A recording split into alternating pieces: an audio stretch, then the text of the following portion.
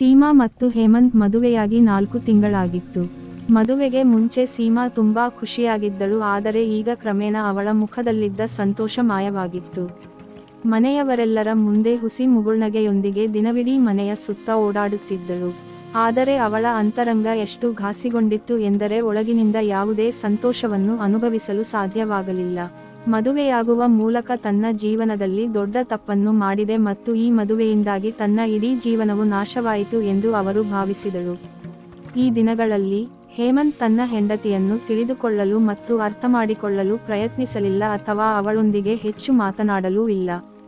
ರಾತ್ರಿ ಏಕಾಂತ ಸಿಕ್ಕಾಗಲೂ ಬೇಕು ಬೇಡಗಳನ್ನು ಪೂರೈಸುವುದರಲ್ಲಿ ನಿರತರಾಗಿರೂ ಕೂಡ ಬೆಳಗಿನ ಜಾವದಲ್ಲಿ ತನಗೂ ತನ್ನ ಹೆಂಡತಿಗೂ ಸಂಬಂಧವೇ ಇಲ್ಲವೆಂಬಂತೆ ಇರುತ್ತಿದ್ದ. ಪತಿಯ ಈ ವಿಚಿತ್ರ ವರ್ತನೆಯಿಂದ ಸೀಮಾ ತುಂಬಾ ನೊಂದಿದ್ದಳು. ಯಾಕೆಂದರೆ ಅವಳ ಪ್ರಕಾರ ಗಂಡ ಹೆಂಡತಿ ಸುಖ ದುಃಖದಲ್ಲಿ ಜೊತೆಗಾರರಾಗಿರಬೇಕು. ಆದರೆ ಇಲ್ಲಿ ಅವಳ ಗಂಡ ಅವಳಿಗೆ ದುಃಖವನ್ನು ಮಾತ್ರ ನೀಡುತ್ತಿದ್ದಾನೆ. ಅವನು ಅವಳ ದುಃಖದ ಬಗ್ಗೆ ಕಾಳಜಿ ವಹಿಸುತ್ತಿಲ್ಲ. ಇವತ್ತು ಸೀಮಾ ಮನೆಯ ಕೆಲಸವನ್ನೆಲ್ಲ ಮುಗಿಸಿದ್ದಳು. ಆದರೆ ರಾತ್ರಿಯಲ್ಲಿ ಅವಳು ಕೋಣೆಗೆ ಹೋಗುವಾಗ ಅವಳು ತುಂಬಾ ಹೆದರುತ್ತಿದ್ದಳು. ಮನೆಯಲ್ಲಿ ಎಲ್ಲರೂ ಅವಳೊಂದಿಗೆ ತುಂಬಾ ಚೆನ್ನಾಗಿ ವರ್ತಿಸುತ್ತಿದ್ದರು. ಎಲ್ಲರೂ ಒಟ್ಟಿಗೆ ಸಂತೋಷದಿಂದ ಬದುಕುತ್ತಿದ್ದರು. ಸೀಮಾಗೆ ಮಾತ್ರ ಗಂಡ ಹೇಮಂತನಿಂದ ತುಂಬಾ ಭಯವಾಗಿತ್ತು. ರೂಮ್ ತಲುಪಿದಾಗ ಗಂಡ ಇನ್ನೂ ರೂಮಿಗೆ ಬಂದಿರಲಿಲ್ಲ. ಗೆಳೆಯರ ಜೊತೆ ಫೋನ್ ಮಾಡಿ ಮಾತನಾಡಲು ಟೆರೇಸ್ಗೆ ಹೋಗಿದ್ದ ಸೀಮಾ ಸುಸ್ತಾಗಿದ್ದಳು. ಬೆಡ್ ಮೇಲೆ ಮಲಗಿ ವಿಶ್ರಾಂತಿ ಪಡೆಯಲು ಶುರು ಮಾಡಿದಳು. ಸ್ವಲ್ಪ ಹೊತ್ತಿನ ನಂತರ ಹೇಮಂತ್ ರೂಮಿನೊಳಗೆ ಬಂದಾಗ ಸೀಮಾ ಮೌನವಾಗಿ ತನ್ನ ಬದಿಗೆ ತಿರುಗಿ ಮಲಗಿದವಳಂತೆ ನಟಿಸಿದಳು. ಆದರೆ ಹೇಮಂತ್ಗೆ ಯಾರೂ ನಿದ್ದೆ ಮಾಡದಿದ್ದರೂ ಪರವಾಗಿಲ್ಲ. ಆದರೆ ಅವನ ಆಸೆಯಂತೆ ಅವನು ಮಾಡಬೇಕಾಗಿತ್ತು. ಅವನು ಸೀಮಾಳನ್ನು ಬಲವಂತವಾಗಿ ಎಳೆದು ತನ್ನೆಡೆಗೆ ತಿರುಗಿಸಿಕೊಂಡ. ಅವಳು ನಿನ್ನೆ ರಾತ್ರಿ ಅನುಭವಿಸಿದ್ದ ನೋವು ಮತ್ತೆ ಅವಳನ್ನು ಕಾಡತೊಡಗಿತು. ಸೀಮಾ ಕೊರಗಿದಳು. ಆದರೆ ಹೇಮಂತ್ ಅತ್ತ ಗಮನ ಹರಿಸಲಿಲ್ಲ. ಆಗ ಸೀಮಾ ನಿಶ್ಶಬ್ದವಾಗಿ ಹೇಳಿದಳು, ಕೇಳಿ ಇಲ್ಲಿ, ಇಂದು ನನ್ನ ಆರೋಗ್ಯ ಸರಿ ಇಲ್ಲ. ಇವತ್ತು ಏನು ಬೇಡ. ಮೈ ಕೈ ಎಲ್ಲಾ ನೋಯ್ತಾ ಇದೆ. ಇಂದು ನನ್ನ ಬಿಟ್ಟು ಬಿಡಿ. ಆದರೆ ಹೇಮಂತ್ ಅವಳ ಮಾತನ್ನು ನಿರ್ಲಕ್ಷಿಸಿ, ನಿನಗೆ ದಿನಾಲೂ ಏನಾದರೊಂದು ಆಗುತ್ತಿರುತ್ತದೆ. ಸುಮ್ಮನೆ ನನ್ನ ಮನಸ್ಥಿತಿಯನ್ನು ಹಾಳು ಮಾಡಬೇಡ. ನಂತರ ಅವನು ತನ್ನ ಮನಸ್ಸಿಗೆ ಬಂದಂತೆ ಮಾಡುತ್ತಾ ಹೋದ.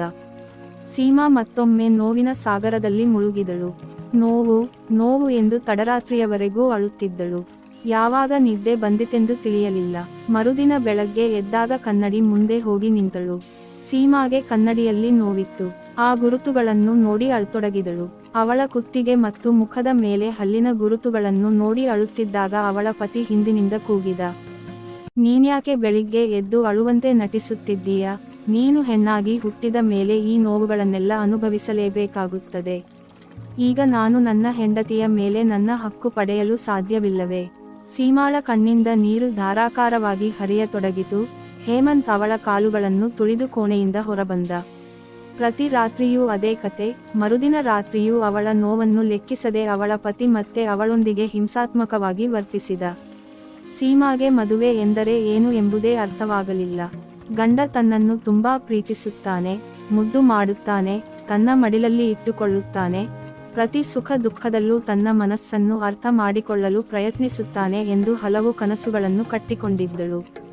ಅವಳನ್ನು ಬೆಂಬಲಿಸುತ್ತಾ ತನ್ನ ಪ್ರೀತಿಯ ಹೃದಯದ ರಾಣಿಯಾಗಿ ಉಳಿಯುತ್ತಾಳೆ. ಏನೆಲ್ಲಾ ಕನಸುಗಳು! ಆದರೆ ಇಲ್ಲಿ ನಡೆಯುತ್ತಿರುವುದೇನು? ಅವಳ ಪತಿ ಅವಳ ದೇಹವನ್ನು ಬಿಟ್ಟರೆ ಬೇರೆ ಯಾವ ಪ್ರೀತಿಯೂ ಆತನಲ್ಲಿ ಕಾಣಲಿಲ್ಲ. ಮದುವೆಯಾಗಿ 4 ತಿಂಗಳಾಗಿ ಹೋಗಿತ್ತು. ಪ್ರತಿ ರಾತ್ರಿಯೂ ಅದೇ ಕತೆ ಅವಳಿಗೆ ಪುನರಾವರ್ತನೆಯಾಗುತ್ತಿತ್ತು. ಬೆಳಿಗ್ಗೆ ಎದ್ದ ನಂತರ ಅವಳು ತನ್ನ ಗಾಯಗಳನ್ನು ಮೇಕಪ್ನಿಂದ ಮರೆಮಾಡಿಕೊಂಡು ತನ್ನ ಕೆಲಸಗಳಲ್ಲಿ ತೊಡಗುತ್ತಿದ್ದಳು. ಮನೆಯಲ್ಲಿ ಎಲ್ಲರೂ ಇವಳು ನವ ವಧುವಾಗಿರುವ ಕಾರಣ ಹೆಚ್ಚಾಗಿ ಮೇಕಪ್ ಮಾಡಿಕೊಳ್ಳುತ್ತಿದ್ದಾಳೆ ಎಂದು ಭಾವಿಸಿದ್ದರು. ಅವಳ ಅತ್ತಿಗೆ ಕೂಡ ಅವಳನ್ನು ಬಿಟ್ಟು ಹೊರಟು ಹೋಗುತ್ತಿದ್ದಳು. ಅವಳ ಅತ್ತೆಯೂ ಸಹ ಅವಳನ್ನು ನೋಡಿ ಬಾಯಿ ಮುಚ್ಚಿಕೊಂಡು ನಗುತ್ತಿದ್ದಳು. ಆದರೆ ಮುಚ್ಚಿದ ಕೋಣೆಯಲ್ಲಿ ಅವಳಿಗೆ ಏನಾಗುತ್ತದೆ ಎಂದು ಯಾರಿಗೂ ತಿಳಿದಿರಲಿಲ್ಲ. ಎಲ್ಲರ ಎದುರಿಗೆ ಅವಳು ಮಸುಕಾದ ನಗುವಿನೊಂದಿಗೆ ನಾಚಿಕೆ ಪಡುತ್ತಾ, ಆದರೆ ಒಳಗಿಂದ ಒಳಗೆ ಅವಳು ನೋವು ಅನುಭವಿಸುತ್ತಿದ್ದಳು. ಆಕೆಯ ಹೃದಯವು ನೋವಿನಿಂದ ಸಿಡಿಯಲು ಪ್ರಾರಂಭಿಸಿತ್ತು. ನಾಚಿಕೆಯಿಂದ ಅವಳು ತನ್ನ ಸಮಸ್ಯೆಯ ಬಗ್ಗೆ ಮಾತನಾಡಲು ಹೆದರುತ್ತಿದ್ದಳು. ಒಂದು ಗಾಯ ವಾಸಿಯಾಗುವುದರೊಳಗೆ ಇನ್ನೊಂದು ಗಾಯ ಹುಟ್ಟಿಕೊಳ್ಳುತ್ತಿತ್ತು. ಪ್ರತಿದಿನ ಬೆಳಿಗ್ಗೆ ಎದ್ದ ನಂತರ ಅವಳು ದೇಹದ ನೋವಿನಿಂದ ನರಳುತ್ತಿದ್ದಳು. ದಿನಗಳೆದಂತೆ ಅವಳಿಗೆ ಆ ನೋವು ಅಭ್ಯಾಸವಾಗತೊಡಗಿತ್ತು. ಅವಳು ಬೆಳಿಗ್ಗೆ ಯಂತ್ರದಂತೆ ಎಚ್ಚರಗೊಂಡು ಸ್ನಾನ ಮಾಡಿ ತನ್ನ ದೇಹದ ಮೇಲಿನ ನೀಲಿ ಗುರುತುಗಳಿಗೆ ಮೇಕಪ್ ಮಾಡುತ್ತಿದ್ದಳು. ಅವಳು ಕೋಣೆಯಿಂದ ಹೊರಬಂದ ತಕ್ಷಣ ಅವಳು ಹುಸಿ ಮುಗುಳ್ನಗೆಯನ್ನು ಬೀರುತ್ತಾ ಎಲ್ಲರೊಂದಿಗೆ ಮನೆ ಕೆಲಸಗಳನ್ನು ಮಾಡಲು ಪ್ರಾರಂಭಿಸುತ್ತಿದ್ದಳು. ಅಂತೂ ಕಡೆಗೊಂದು ದಿನ ಸೀಮಾ ಬೆಳಗ್ಗೆ ಸ್ವಲ್ಪ ತಡವಾಗಿ ಎದ್ದಳು. ಅವಸರವಸರವಾಗಿ ಸ್ನಾನ ಮಾಡಿಕೊಂಡು ದೇಹದ ತುಂಬಾ ಮೇಕಪ್ ಮಾಡಿಕೊಂಡು ಅಡುಗೆ ಮನೆಗೆ ಹೋದಳು. ಅತ್ತಿಗೆ ಅವಳನ್ನು ಚುಡಾಯಿಸುತ್ತಾ, ಏನಾಯ್ತು ಅತ್ತಿಗೆ, ಈಗೀಗ ನಿಮ್ಮ ನಿದ್ದೆ ಜಾಸ್ತಿ ಆಗ್ತಿದೆಯಂತೆ ಅಂದಳು. ಅಣ್ಣ ರಾತ್ರಿ ಮಲಗಲು ಬಿಡುವುದಿಲ್ಲವೇ? ಕೆಲಸ ಮಾಡುತ್ತಿದ್ದ ಸೀಮಾಳ ಕೈಗಳು ತಟ್ಟನೆ ನಿಂತವು. ರಾತ್ರಿಯ ನೋವಿನ ದೃಶ್ಯಗಳು ಕಣ್ಣೆದುರು ಮಿನುಗುತ್ತಿದ್ದವು. ಕೆಲಸದಲ್ಲಿ ಕೈ ಆಡುತ್ತಿರಲಿಲ್ಲ. ಹೃದಯ ಭಾರವಾದಂತೆನಿಸಿತು. ಆದರೆ ಮರುಕ್ಷಣ ತನ್ನ ನೀರವ ಕಣ್ಣುಗಳನ್ನು ಮರೆಮಾಚಿಕೊಂಡು ಮೆಲ್ಲನೆ ನಕ್ಕಳು. ಆಗ ಅತ್ತಿಗೆ ರಶ್ಮಿಯ ಕಣ್ಣುಗಳು ಅವಳ ತೆರೆದ ಬೆನ್ನ ಮೇಲೆ ಬಿದ್ದವು. ಅವಳ ಬೆನ್ನಿನ ಮೇಲೆ ಹಲ್ಲಿನ ಗುರುತುಗಳನ್ನು ಕಂಡು ರಶ್ಮಿ ದಿಗ್ಭ್ರಮೆಗೊಂಡಳು. ಅವಳು ಬೇಗನೆ ಸೀಮಾಳ ಭುಜದ ಮೇಲೆ ಕೈಯಿಟ್ಟು ಅವಳ ಮುಖವನ್ನು ತನ್ನ ಕಡೆಗೆ ತಿರುಗಿಸಿ ಕೇಳಿದಳು. ಸೀಮಾ, ನೀನು ಆರಾಮಾಗಿ ಇದೀಯ ತಾನೆ? ಅತ್ತಿಗೆ ಯಾಕೆ ಹೀಗೆ ಕೇಳುತ್ತಿದ್ದಾಳೆ ಎಂದು ಸೀಮಾ ತನ್ನ ಕಣ್ಣು ರೆಪ್ಪೆಗಳನ್ನು ಮೇಲೆತ್ತಿದಳು. ಅವಳ ಕಣ್ಣುಗಳಲ್ಲಿ ನೀರು ಬರುತ್ತಿದ್ದುದನ್ನು ನೋಡಿದ ರಶ್ಮಿಗೆ ಅವಳ ಹೃದಯದ ಸ್ಥಿತಿ ಅರ್ಥವಾದಂತಿತ್ತು. ಅವಳ ಕಣ್ಣುಗಳನ್ನು ನೋಡುತ್ತಾ ಹೇಳಿದಳು, ಸೀಮಾ, ನಿನ್ನ ಮತ್ತು ನಿನ್ನ ಗಂಡನ ನಡುವೆ ಎಲ್ಲವೂ ಚೆನ್ನಾಗಿದೆ ತಾನೆ? ನೋಡು, ನನ್ನನ್ನು ಅಕ್ಕ ಎಂದು ಕರೆಯುತ್ತೀಯ. ಹಾಗಾಗಿ ಬೇಡ, ನನ್ನಿಂದ ಏನೂ ಮುಚ್ಚಿಡಬೇಡ. ಅವಳಿಗೆ ಕಿಂಚಿತ್ತೂ ಸಹಾನುಭೂತಿ ಸಿಕ್ಕಿದ ತಕ್ಷಣ ಇಷ್ಟು ದಿನಗಳ ಅವಳ ಹೃದಯದೊಳಗೆ ಅವುಚಿಕೊಂಡಿರುವ ಎಲ್ಲಾ ನೋವುಗಳು ಹೊರಬಿತ್ತು. ಸೀಮಾ ತನ್ನ ಅತ್ತಿಗೆಯನ್ನು ಅಪ್ಪಿಕೊಂಡು ಬಿಕ್ಕಿ ಬಿಕ್ಕಿ ಅತ್ತಳು. ನಂತರ ಅವಳು ಕೊಂಚ ಅಳುಕುತ್ತಲೇ ತನ್ನ ಅತ್ತಿಗೆಗೆ ಎಲ್ಲ ಹೇಳಿಬಿಟ್ಟಳು.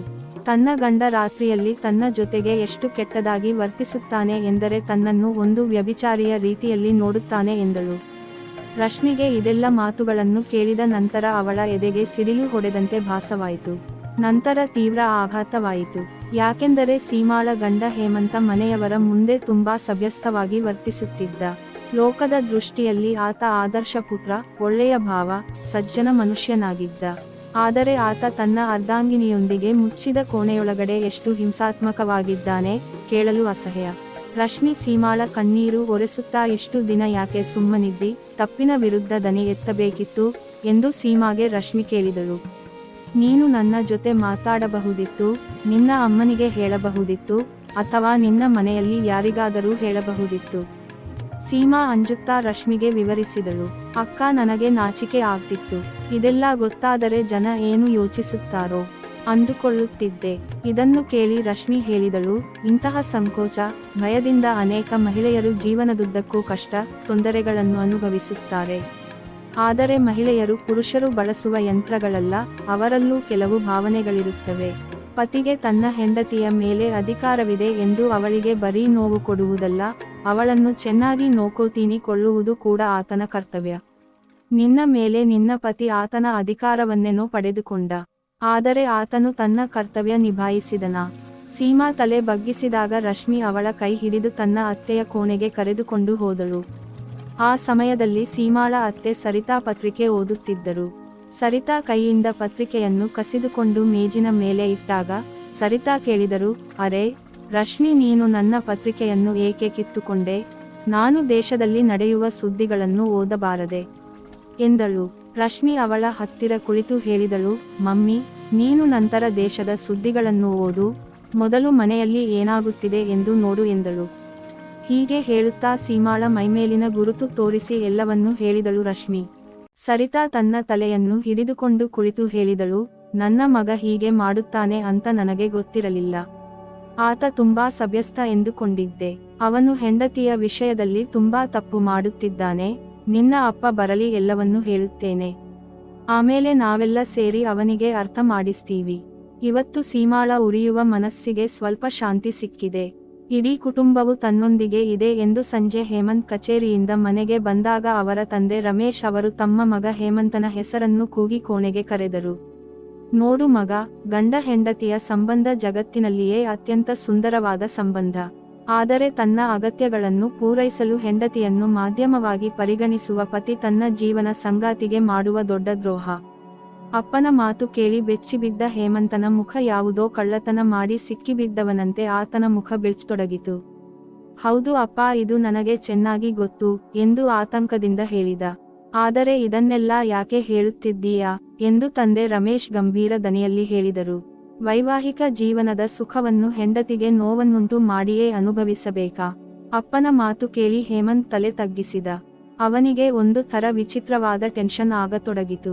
ನಡುಗುವ ದನಿಯಲ್ಲಿ ಹೇಳಿದ, ಅಪ್ಪ, ನನಗೆ ಏನಾಗುತ್ತೋ ಗೊತ್ತಿಲ್ಲ. ಆ ಸಮಯದಲ್ಲಿ ನಾನು ಅವಳನ್ನು ನೋಯಿಸಲು ಬಯಸುವುದಿಲ್ಲ, ಆದರೆ ಅವಳು ಬೆಳಿಗ್ಗೆ ಅಳುತ್ತಾ ಎದ್ದಾಗ ನನಗೆ ಅವಳ ಮೇಲೆ ಕೋಪ ಬರುತ್ತದೆ, ಜೊತೆಗೆ ನನ್ನ ಮೇಲೂ ನನಗೆ ಕೋಪ ಬರುತ್ತದೆ.